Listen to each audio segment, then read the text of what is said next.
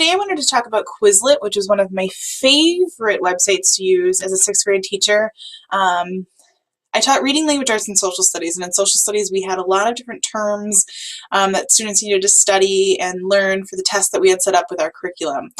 So I kind of turned to Quizlet to help me out with that. It was a great option for giving my students something to study. Parents liked it because they could use it at home as well as here at school, and it works on any device. And once you've created them once, they work for multiple years. So if you're teaching the same classes over and over, you can have those. So we're going to take a look at the screen right here. I'm actually using my old profile, so these will be the sets that I created for my sixth graders for the last 3 years. So you can see the dates that they were created. In here I have a mix of social studies and reading. Any of them that you see with chapter study guides, those are social studies, but anything else were created for some of my other classes, and then I was also a gymnastics coach, so you're going to see some of those in here as well. But I want to show you some of the features that it has and then how to actually create one. So let's just go into chapter 26. When a student logs in after you've already created it, this is going to be the screen that they see. They can see all of the terms that you've already put in here, but then they have a couple different ways that they can study them. There are flashcards. You can just go ahead and learn. You can practice spelling them, especially if they were spelling words, that would be great. Or they can take a test. My students loved the different play options. There was a scatter game where you had to match the things together, or a space race. And I'm not as familiar with that one, but I know they really liked it. But as you can see, it's fairly simple to navigate. It'll actually even read the term for you. You can star it, so that making sure that you're studying it. This is new. It's a voice recording. I actually didn't realize that they had that. And then since I'm in here, I can go ahead and edit this. So you can just see if you click on flashcards, it literally just brings them up, and then they can click to flip, and they can keep moving through. I sometimes even did this with my class, just as a quick reminder at the end of the hour, right before they were leaving, just to get a little bit of extra time in if we had it. So let's take a look at how you would actually make one. So you can set up different folders for each class, plus I had different classes that I was a part of. I'm just going to create a new class, and we're just going to call it test class.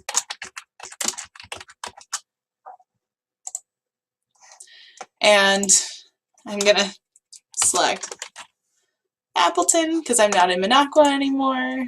It's not finding us, so I'll use Roosevelt because that's where I happen to be today. And clearly there's a lot of Roosevelts, but there we are. And I'll create that class.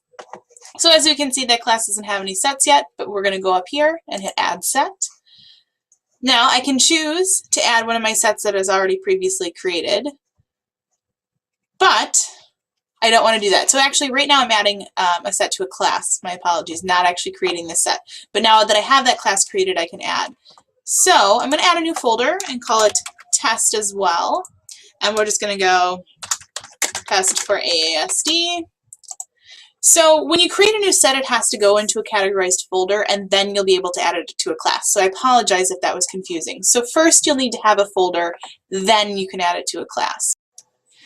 Okay, so now we can take a look at how to actually create a set. So we have our folder created for our test, and then we have our test class. So we know that we're organized and that we can actually go ahead and create a set. So up here at the top of your screen is where you're going to go ahead and create a set. A set is basically of what you call flashcards, a set of flashcards. So you go ahead and click Create Set. This screen pops up, and it is very, very simple to use. Students could even make these themselves if they wanted to. I had students make them for tests that I didn't have them set up for, and then they shared them with their friends and competed, which is kind of nice because they can actually make a profile on here as well. So if I just want to call this test set again, and you can go ahead and just start typing in your terms. Now, they can be whatever you want to be. The one way I really like to use this is if you're an foreign language teacher or world language teacher, you can actually choose the languages that you're putting this in. So if you want to put on the left side the word in English and on the right side the word in Spanish or whatever language you're studying, you can. And then they have that audio built in so that students can listen to the word in either language. and then learn them a lot easier. I actually found out about Quizlet from the girl I was that taught Spanish in my old school, and students love this because she actually could go ahead and add pictures too. You'll see here over on the right of my screen, you can actually add an image. So it helps students learn those terms a lot faster.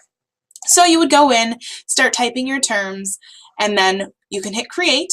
Now, it's not very happy with me right now because I haven't actually created anything. I would actually need to select English and English, and then I'll just create some terms really quick so that you can see this process. My flashcards are very, very simple. Oops, and sometimes I can type. So very, very simple terms, probably doesn't even make sense as a flashcard, but just to show you the option, that's there. And so then it creates my set. If I want to add more or remove some of these, I can. So I could go back in, it'll take me back to that same screen, and then I could go ahead and edit, or with the plus button, add more.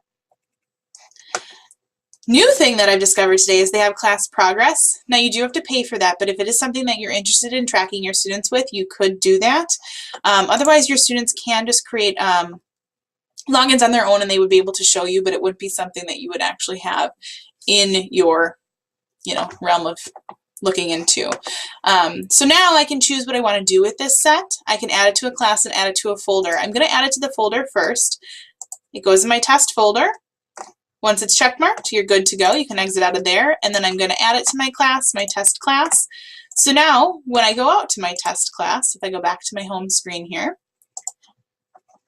are my terms right here, but I could also share out this link up here, and that's the link you could send to parents, you could send to students, you could put it in a Google Doc with directions and share it out to your students, but that way they have access to this list. If you share out the class link, they'll have access to any set that you put in there. So that's a little bit about Quizlet. If you have questions, please let me know.